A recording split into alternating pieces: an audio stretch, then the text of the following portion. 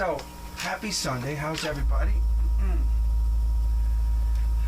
So yesterday I put out just a little video clip of me sharing these strings that I felt were an innovation, and of course talking directly to the source. And it's a Dogal string, created, developed with them by Jonas Helborg, who I personally talk to all the time. You know, the guy's an innovator.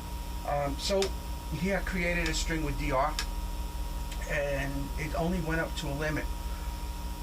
The concept of a single wrap around a core in the middle was a good idea. So that means that each string, like the G has a single wrap, the D a thicker wrap, the A a thicker wrap, and then the E a thicker wrap, but they all have one wrap over the main core. It's a great string. I used it. But as always, there's always like to try to take it further, to achieve another goal. The idea was to have all the unfundamental overtones eliminated so the string would play in tune. So think about it. You got a solid core going up the middle. It doesn't matter round or hex. These will happen to be round. What happens? The sound at that spot, okay, and remember, it's not all equal lengths every time you touch a fret, right? The sound isolates in that note so I hit a G, so it's from here to here. It's isolating. I hit a D. It's from there to here. From there to here. Okay, so what does that do? Well,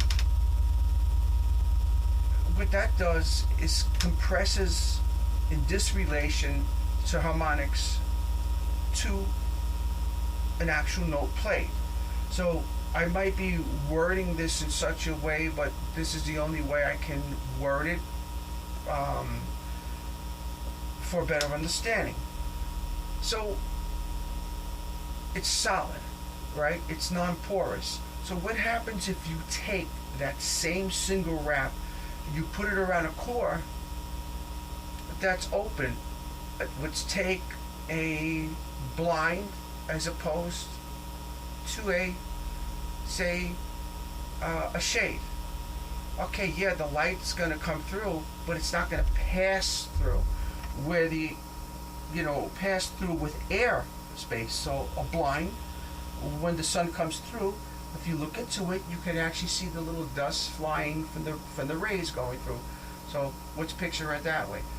Thus, we have this string. Okay.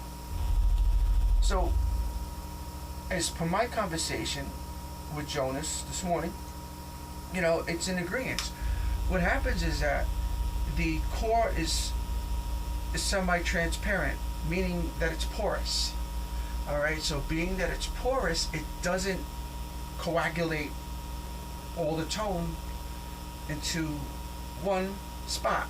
And when you do that, you have harmonics and overtones. Once again, I'm repeating myself, that stay stagnant. They don't move. They either stay sharp or they sound relatively flat.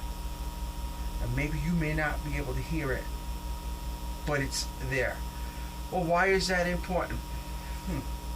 Well, when you have an instrument to stand out more in the front, okay, or you're playing with somebody who really sings in tune, especially if you're playing a fretless bass. I don't know if you guys understand when you record, if you say have a note out of place or a note out of tune, it totally changes the harmonic frequency of the mix. So check it out next time, like intentionally record and go dissonant. Dissonance. This is what my next point is. The strings are trying to remove dissonance. So enough said, enough spoken. So let's hear, if you can hear, I can hear and I can feel what this sounds like. So here goes the 21 non-reverse T-Bird. Nothing done to this bass. Nothing. It's as stock can possibly be. All right, and I think it was a great bass to try it on because everything was still fresh, minty. So, open strings, neck pickup.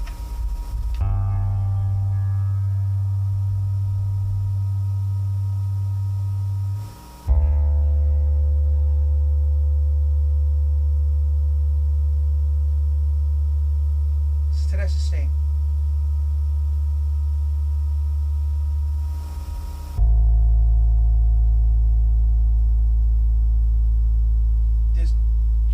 There's none of this. Think about when you're tuning up and the note is not in tune. Okay, and here's the E string. The hardest string to get a sustain out of. This is a light bass. No neck through, set neck. It's a Gibson. Okay? Now, let's take this neck pickup. Let's hit a closed note. C.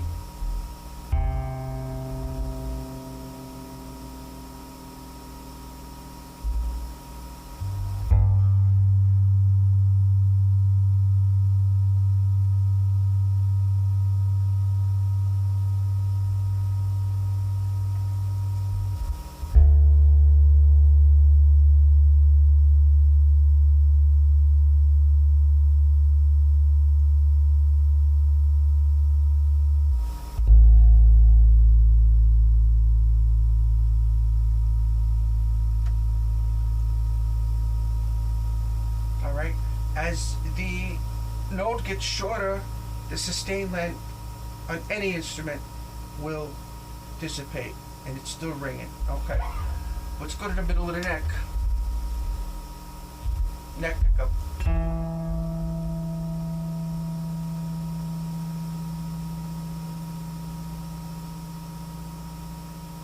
Pretty good, huh? Still ringing.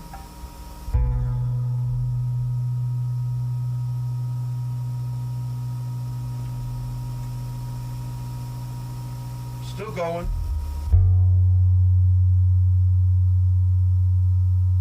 And the notes in tune. Still going. Still going, still going.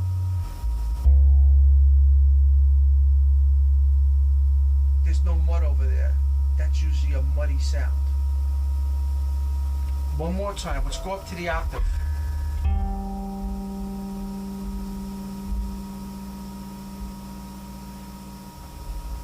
Every bass has its own character. This does not have a hip shot bridge. It has a 3-point Gibson bridge, which is actually working really good. Listen to that.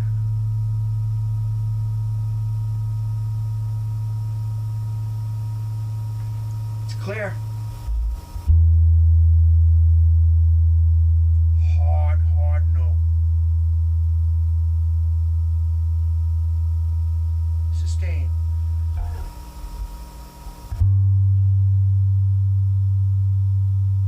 Sounds like an open note, huh? Sounds like an open G, huh? Listen to this. Look. Listen to the sustain.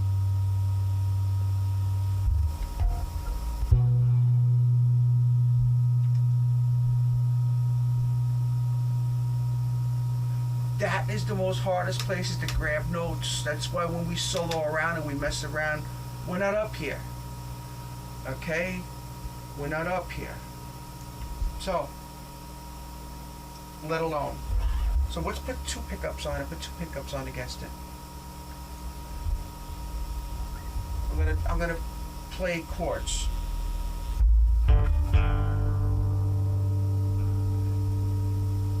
The pitch is right on. I'm gonna play the chords up here.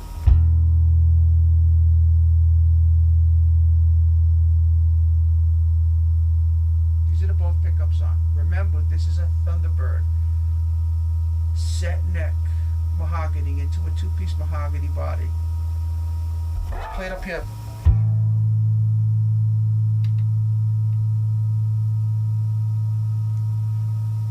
Everything is smooth. Everything is smooth. It blends in smooth. Let's go to the bridge pickup. Okay. My favorite. So,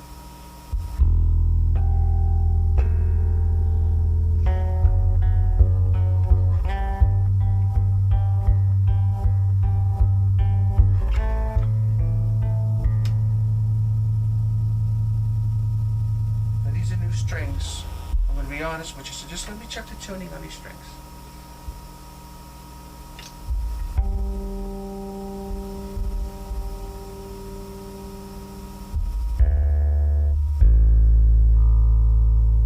See, I'm being honest though here. I'm not like, you know, painting shades of pink or green or whatever.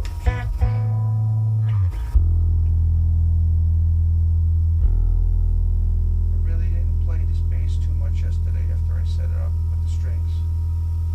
There it goes. Okay. Alright. So here.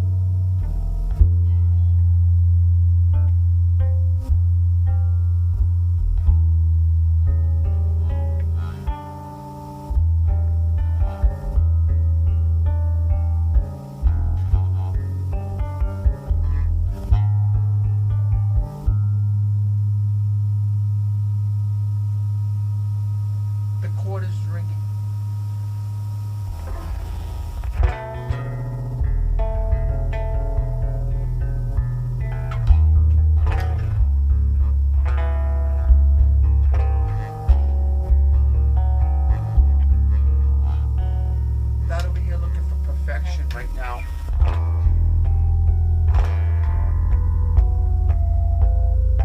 Does it have the harmonics off?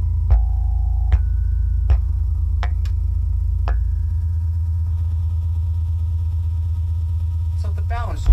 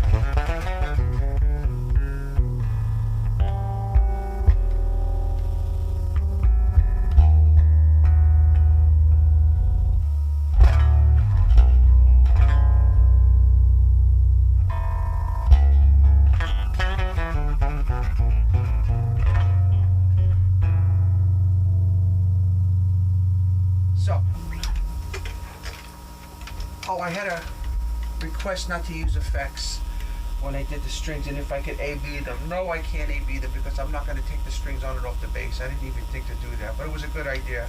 I'll do that on the next set that I get. I will get a second set of these. Are they cheap?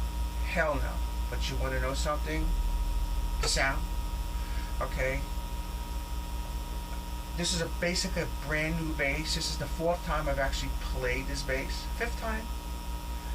Yesterday I put the strings on, which is number 4, and today's number 5. So,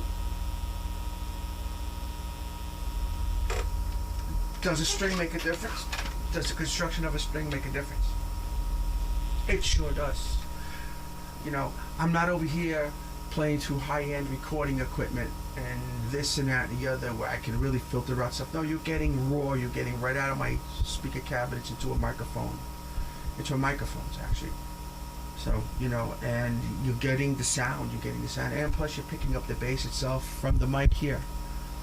You know, along with some of my hisses and nishes and la la la la wishes. But, you know, are these for everybody? No. You have a heavy hand, and you like a low action.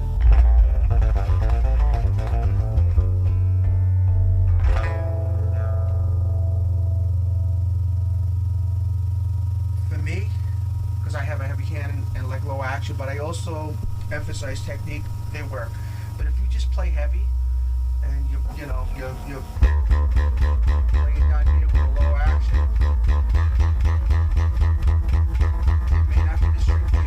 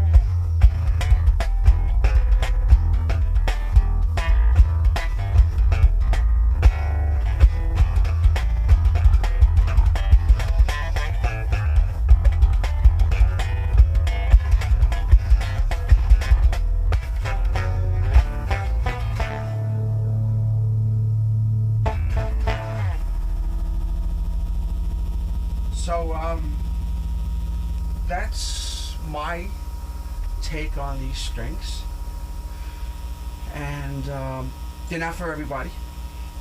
So get it out of your mind if you think, oh, I'm going to put them on, and and wow, it's going to be, oh, I'm going to sound like Jonas, or sound like Charlie, or sound like this one, or sound like that. Oh, it's going to make me play better. The tension, for me, is comfortable. For this day and age of my life, I'll be 59, and you got a little arthritis, in the thumb, and etc. etc. And I do blame that partially to using heavier strings and doing some of the crazy stuff that I used to do. Now I'm using lighter strings, that's including flats and everything else. And I'm letting my equipment work more for me, as opposed to me making the equipment work for me. Regardless if I'm playing a vintage Marshall or whatever I'm playing. So, consider your options. There are many options out there, but the philosophy of a braided center core is the whole gist of this string and the whole gist of this conversation. So, you take it for whatever way you want to take it, and think. So now I'm curious for the ones who are curious to see what you got to say. Okay? And I'll talk to you later.